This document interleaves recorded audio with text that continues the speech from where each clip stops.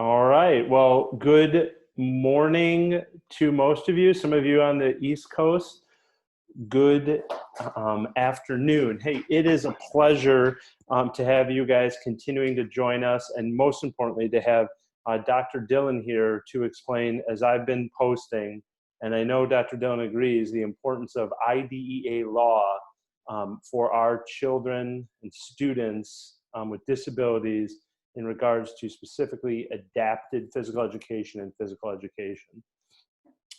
We have some people joining us, and one of them is my wife and my 3.5-year-old, who is now Suzanna, saying exercise connection, exercise buddy. So I want to say hi to Andrew. But I want to get it started because, like I said, this is a really important topic that I sometimes is confused about as an educator, hearing you talk and hearing you speak. But before we get into that, I think something that people always ask me: how did I get started? What's my background, and why am I in this community? So, tell us, why are you doing this? What got you started? Give us a little bit of your background and take it from there. Sure. Funny story, actually. I was pre-med all through my undergrad, so biology and chemistry major, pure sciences, if you will. And then as I got close to the end of my undergraduate program, I started shifting gears and thought, no, I really think I want to do like pediatric physical therapy instead. And but I had taken all of the courses I needed to graduate, so I had kind of like a gap year. So I needed 2 more prereqs, I think like a stats class or something like that. And I happened to stumble across this class called Physical Therapy Trends for the Exceptional Child. And it was an adapted PE class, and I fell in love. And it really kind of opened up the world of APE and APA to me. And I was really fortunate. I ended up getting my master's in physical education and special education at Western Michigan University under Dr. Billy Cheatham and Allison Hammond. Then went on to TW, my doctorate. But the kind of the funny thing is, and you mentioned this earlier, sometimes even I get confused about it or whatever. I'm the product of 2 teachers, 2 K-12 educators. I grew up around educators. We have lots of family friends that are teachers, and I had never heard of this thing called adapted physical education until I got to this Physical Therapy Trends for the Exceptional Child class. And so that kind of opened the door for me. I ended up working at the Special Physical Education Learning Lab at Western Michigan University, which still exists today. And under Dr. Cheatham and Allison Hammond, and we worked with young children who were prenatally exposed to drugs and alcohol. So that was kind of my entry into work with children who were not neurotypically developing, and kind of my passion for that. And then it also was the launching point for the advocacy piece, because Dr. Cheatham and Allison were very involved in things at the state level. Michigan is one of a handful of states that has, about a dozen states that has a add-on endorsement. So teachers in Michigan who are providing APE services have to be credentialed. They have to have the add-on endorsement. And that's, if my memory serves me correctly, it's California for sure, Louisiana, Maine, Michigan, Minnesota, Nebraska, Ohio, Oregon, Rhode Island, South Dakota, Wyoming, and Wisconsin. Sorry, I went out of order on that last one. But all of those folks, all those states, so if any of your listeners are in those states, folks in those states need to be credentialed in APE to be providing the APE services. So while I was finishing up my master's, Dr. Cheatham was like, you need to think about going forward. You're really good at delivering individualized programming to the youngsters, but you're even better at explaining to the undergraduates why we're doing what we're doing and why the programming needs to be designed as such. And so I pursued and was accepted at Texas Women's University, studied under Jean Pfeiffer, Claudine Sherrill, Carol Hudig, and Ron French, and got to participate in this exceptional program called Project Inspire, which was a U.S. Department of Education Office of Special Education Programs funded PhD program. And some of my colleagues at the in the PhD program are folks like Dr. Cindy Poletic, Linda Hilgenbrink, Carrie Behrens, Guy Babcock, Deb Buswell, etc. And we actually were also very actively involved in advocacy through that doctoral program. In fact, we trained parent advocates here in the DFW area on what is adapted PE and what should they be advocating for with regard to services when they serve as parent advocates. I also got involved in a variety of different organizations. I was blessed to be a paraeducator in the public schools, an APE specialist, including being the coordinator of APE services in Irving Independent School District. And through those experiences, as well as my experiences with like Special Olympics and Lighthouse for the Blind, I always saw that advocacy piece come in, whether I was advocating for myself or advocating for my students or advocating for access to something. That advocacy hat, if you will, stayed on. They always say teachers wear lots of hats. That advocacy hat always stayed on. And it's kind of bled through everything from my preparation to my research to my service. Some of the research I know you're aware of with my colleague, Dr. Luis Columna, now at University of Wisconsin at Madison, and with Fit Families, and really helping parents understand what is physical activity and the basic motor skills, and helping them become more physically active as a family and advocate for access to appropriate services for their kiddos, whether it's a community-based program or a school-based program. And then some of the stuff that I've done with one of my former doctoral students, Scott McNamara, and looking at what do special ed administrators really know about APE? And sadly, what we learned is that threshold of knowledge is pretty low. And then can we use podcasts to help address their real short window of opportunity for professional development, because they're super busy people who are juggling lots of things up in the air, particularly in times like now with COVID. And then also kind of looking at, we actually examined the main IEP platforms that are being used by school districts and looked at how is PE addressed on there, and is there anything about that that is contributing to confusion about our service or challenges with our service delivery. And in fact, there are. A lot of the time we're listed as adaptive rather than adapted PE, and we're listed as a related service rather than a direct instructional service. And that's a big caveat with regard to the law. That's an issue. And then for service, the National Consortium for PE for Individuals with Disabilities, I had the pleasure of being the president, and now I'm the Legislative Action Chair. And so lots of opportunities to advocate and really give back to our kids as well as our communities through that. Yeah. So if you guys are just joining us, we have had more people join. Again, this is Dr. Suzanna Dillon, and she was just going over her background and everything she's done. And one thing that I'm sure we talked about, but I think is so important is that you were a paraeducator. And that's one thing that I've been advocating when I'm speaking at universities or organizations and telling anyone in special ed, if you want to learn and you want to understand autism or understand special needs, go be a paraeducator, and you'll really see if this is the field you're meant to be in. And I think it gives you as a unique perspective as a teacher or an APE teacher or whatnot, to put your feet in their shoes, because as the lowest paid, sometimes often not as respected part of special education profession, I think it's a very valuable thing. So I'm glad that you mentioned that. We've had a couple people join us. Suzanna, Dr. Dillon brought out the big dogs. Melissa Bittner, Sue Tarr, Linda Hildebrink. So hello, everyone. And she even brought out Mr. Roger Pan from Taiwan. So good evening at midnight there in Taiwan. Thank you for joining us. So Suzanna, again, the topic here is IDEA law. And like I said, it's been very confusing, I think, for a lot of people. And especially for me, it was the difference between IDEA law and what it mentions about physical education, not specifically adapted physical education. But as many of you listening or many of you watching this recorded video, what you may not know is that some of these states are removing, I don't know if that's the right term, Susanna, but explain it, but removing PE as a mandate for our children, which is disheartening and sad. But Well, we have to be careful because the states aren't necessarily doing that, but school districts right now are feeling the impact of COVID-19 on their budgets.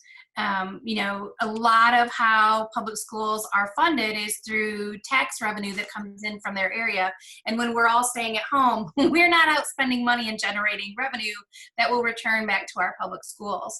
And so what they're looking at is okay, well, that in addition to, can we deliver this service in a CDC compliant manner, for lack of a better term? You know, and if you think about it, some of my students right now as graduate students in the DFW area have nice small classes of 25 kids, and they see one elementary class at a time. Others see 70 kids at one time in an elementary PE setting with one PE aide, so, or an assistant. So how do you use social distance in a physical activity setting when you have that many bodies in that small of a space? And what we know is if we really get your heart rate up and you're into moderate to vigorous physical activity, the amount of particulate that you expel actually can travel a little bit farther because of the exertion level. So they're looking at, do we not offer those services to start the school year or the next school year altogether, in part because we don't know that we can do it safely. So there's a variety of different things going on. The states that have the mandate for a number of minutes, for example, we had an issue in Oregon. I say an issue. We had a school district, Portland, Oregon schools, wanted to reduce or actually eliminate physical education in part of their area and looked to lay off all of their APE teachers. And that has since been reversed. And there's a couple of things going on there, but I imagine a part of it was a budget cut, as well as how do we do this safely, okay? With regard to the law and how the law looks at physical education, it's actually in the definition of what is special education, that it says in CFR 300 point, I believe it's 39, sorry. No, 29 is the definition of special education. But we've got specially designed physical education that's at no cost to the parents and the family, which is how we get the Free and Appropriate Public Education acronym, or FAPE. And it includes instruction that we deliver in the classroom or at home for homebound services or in institutions, including hospitals, and instruction in physical education. So we're the only curricular area that's identified in all of the special education law. And that component means that our kids have to have access to physical education. And as we think of it now in terms of general education versus special education, they have to have access to that general education curriculum, which is our general PE. But the thing that is unique about special education is that if the student needs specially designed instruction, then we need adapted physical education services. Okay, and that language is actually in the law. If you look at 300.39, which is the definition of PE, it says development of physical and motor skills, fundamental motor skills and patterns, and then our skills as we combine all that stuff into aquatics, dance, lifetime activities, and sports. And it includes special PE, like they call it in Utah.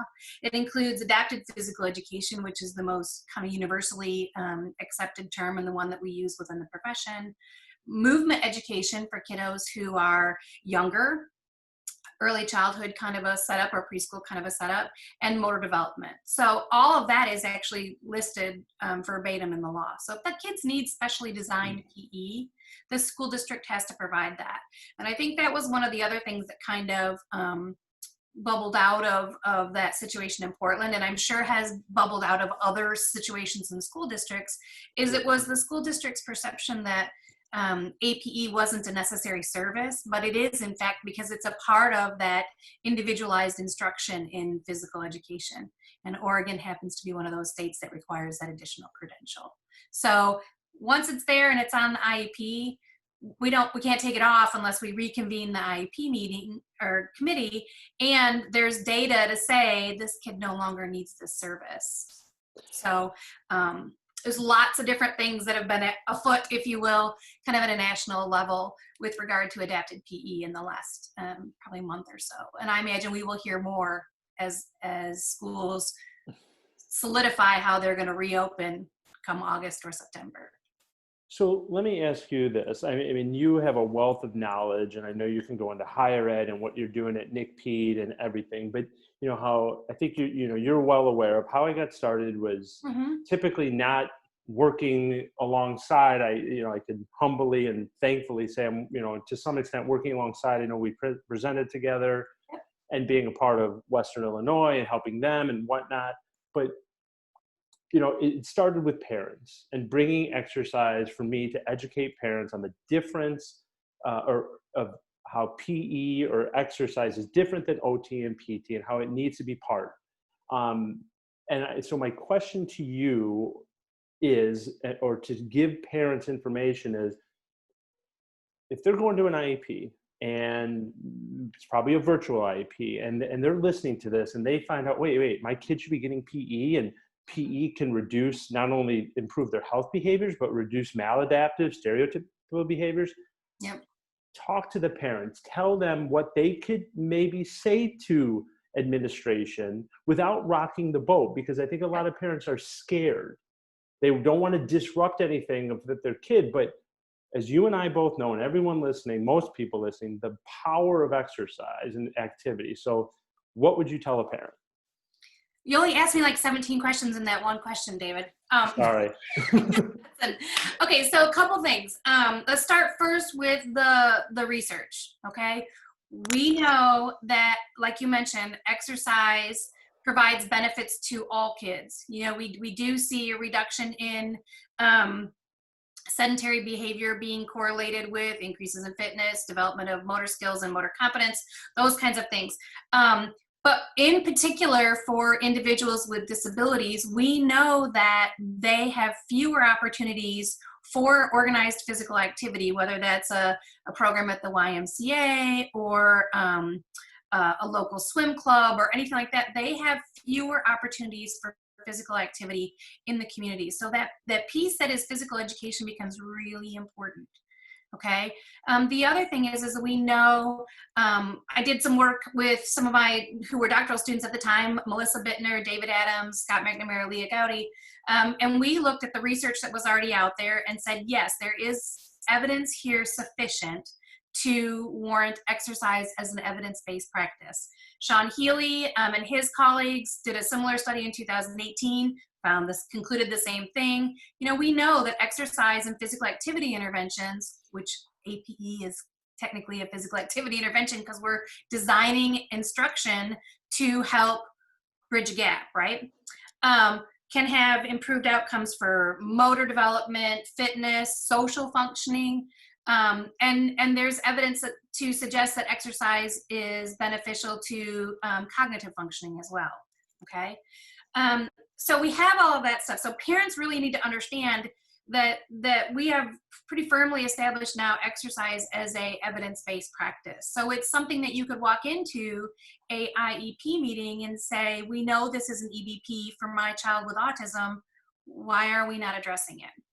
The second piece of that is that when children are more actively involved and physically active, we know that we have a reduction in rates of obesity and being overweight.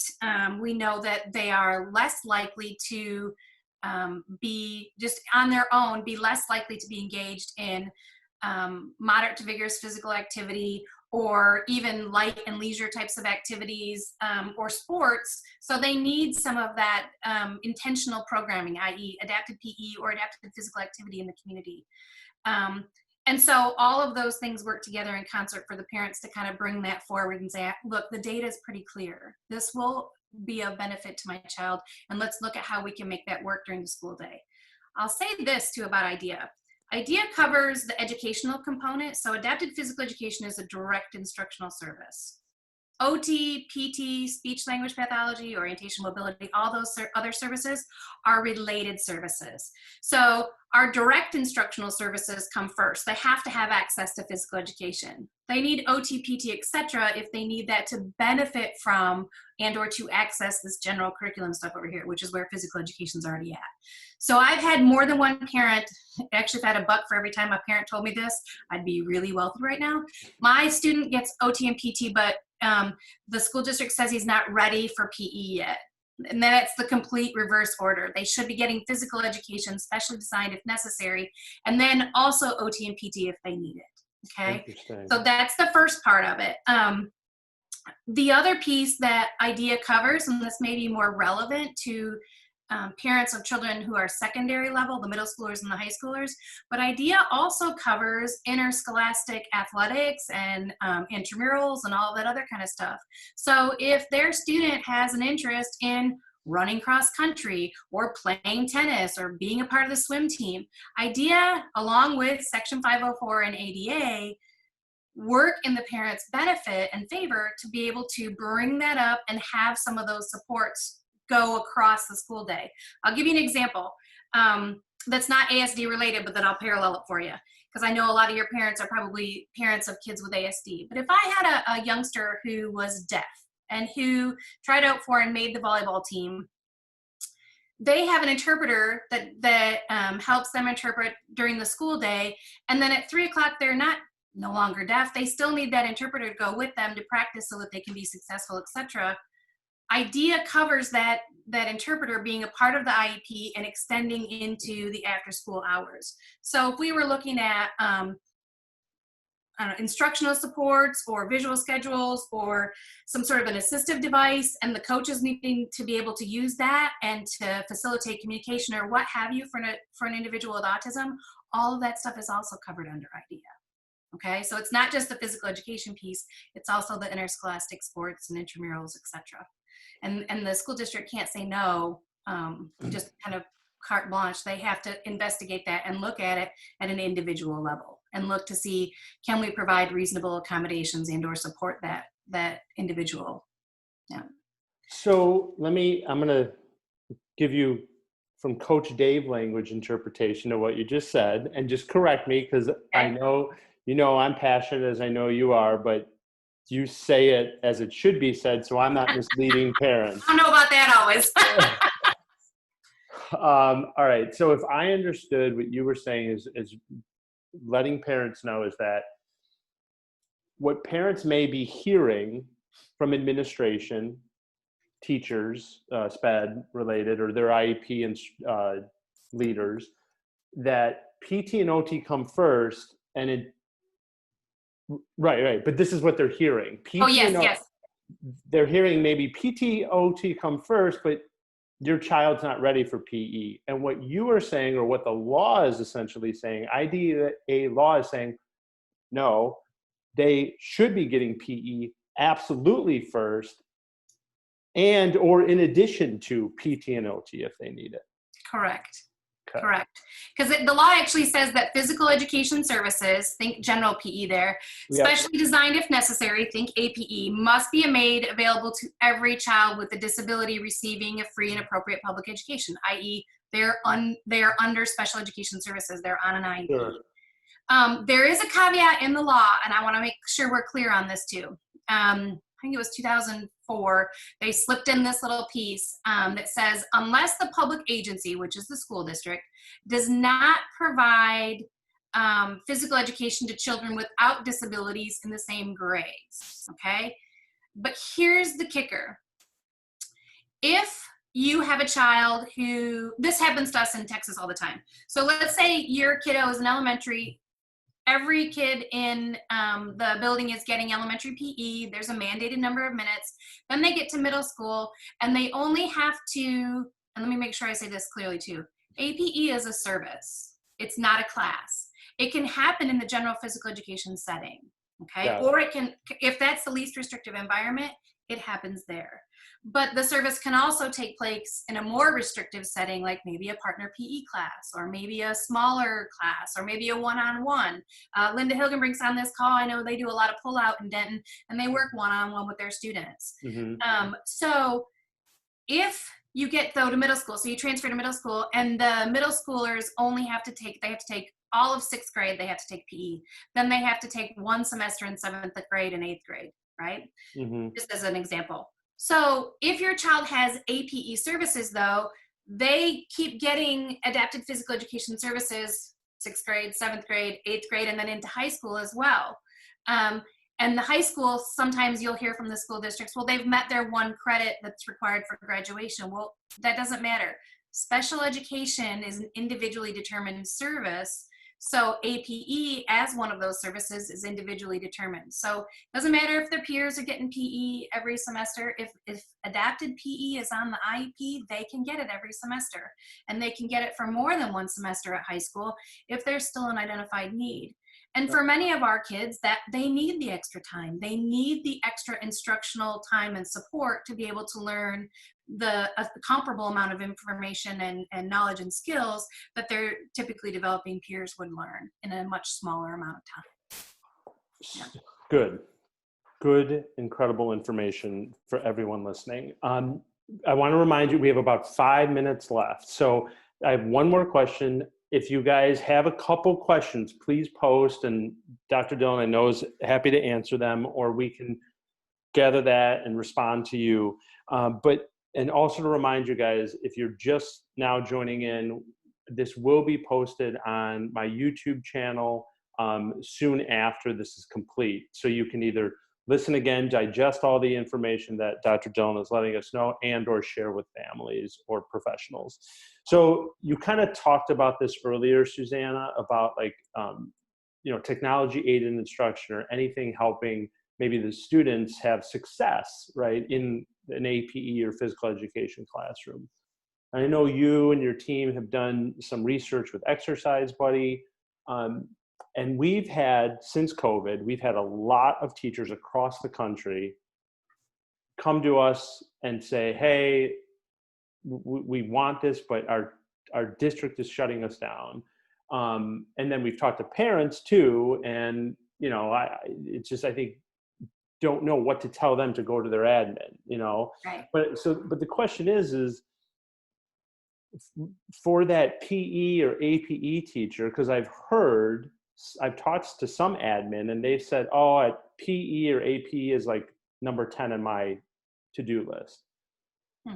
But if this can help support their instruction, or the APE teacher, whether it's Exercise Buddy or some other related device or visual, EBP, evidence-based practice, are the teachers, the APE, the PE teachers, fighting an uphill battle?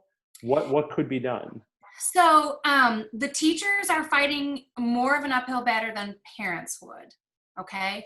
So, and let me give you an example that a lot of our kiddos with ASD may have already in existence on their IEP. They may have their iPad as a AAC, an augmentative and alternative communication device, right? So all of that falls under the umbrella, under idea of assistive technology. I mean, glasses are assistive technology, if you want to think of it that way. And so kind of anything in that spectrum that the students need to be successful and, again, access the curriculum can be put into the IEP. If the IEP team determines that they need that device to access the curriculum and be successful, then the school district pays for it. It's put in the IEP, and the folks who are involved in service delivery across the board, not just the special ed teacher, but the APE teacher, the OT, the PT, however this device is needed across their school day, they're beholden to what's in that IEP. To the point where if the paraeducator needs training on it, the school district needs to provide that. But sometimes the IEP team says, no, they don't need it. But you still, as a parent, want your child to have access to it. If you bring your personal device, that still can get embedded into the IEP, and they can use it across the school day as appropriate. And so there's kind of two different pieces of it, but it does get covered under assistive technology when we talk about something like an iPad app or even visual supports in the visual schedule, okay, our instructional supports, all of that can be laid out in the IEP itself. And parents have every right to advocate for that and say, my child does so much better and is so much more successful when we have this in place. Why, if we're doing it at home and we know it works at home, you know, why can't we try it at school? And some things that parents want to bring to the table sometimes are really kind of intrusive to the flow of what teachers are trying to do. I get that, but it doesn't mean you don't have a conversation about it. It doesn't mean that you don't kind of try to think outside the box and look to see, can we meet in the middle somewhere, and whatever is needed for the kid to be successful. Got it. So there is one question I want to ask you, and then we have about 1 minute, and the question is, it says, if schools eliminate PE for the entire school in response to COVID-19, would PE APE services not be required for students who previously received it according to their IEP? That what is in the IEP holds. So it doesn't matter that their peers are no longer getting physical education. They have APE services written into their IEP. Now, where that will get kind of precarious is for children who the least restrictive environment was general physical education. So they would have to go back in and make an amendment to the IEP, but that service still stands. They still have a identified disability that meets one of the 13 criteria, and there is a either a motor development delay or a fitness delay or something along those lines that we've documented, and the data is still there, and if it still holds, then that service is retained. Yep. Great question. Even better response. So, Suzanna, thank you again. I think we may need to do this again. I think you and I could have a great conversation about being a paraeducator and what that did for, I'm sure for you and for me, but can do for future professionals in the field. But thank you for your time. Again, this will be posted. I'll give you 30 seconds. Anything else you want to say before we go? So any of the professionals that are on this call, if you aren't already a member of the National Consortium for PE for Individuals with Disabilities, you need to Google us, ncpeid.org, and get involved, get engaged. It really is the one organization that has as its sole focus adapted physical education and adapted physical activity. The other thing is that we literally like 2 days ago on Saturday, my graduate students in speech and language pathology and adapted physical education did a parent workshop webinar, and we are in the process of getting that loaded up to the website. So reach out to me, send me an email at sdillon@twu.edu if you're interested in that, and I can share the link with you, Dave, as well. But I'm happy to share that information. And again, it was kind of a similar discussion that we just had today. And the other thing too is I would just say, parents, your APE professionals that are out there, whether they're in the schools or in the community-based, want your kids to be physically active and want them to be engaged. They understand the physical as well as the emotional value that physical activity and participation have across the lifespan. Reach out to them, build rapport, build a relationship. I promise you they'll be one of the best allies you have sitting at that IEP table.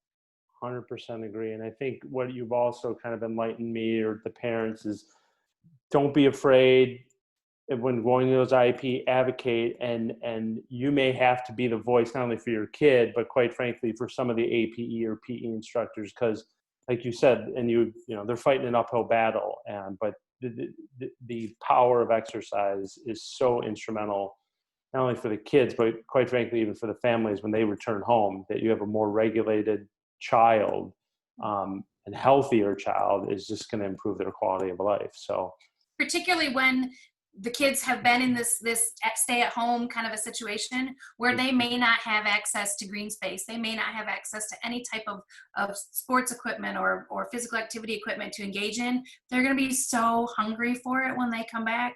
It's not even funny. Yeah. All right, Dr. Suzanna Dillon, thank you. Virtual hug, and we'll see you soon. Sounds good. Thanks everybody for joining the call.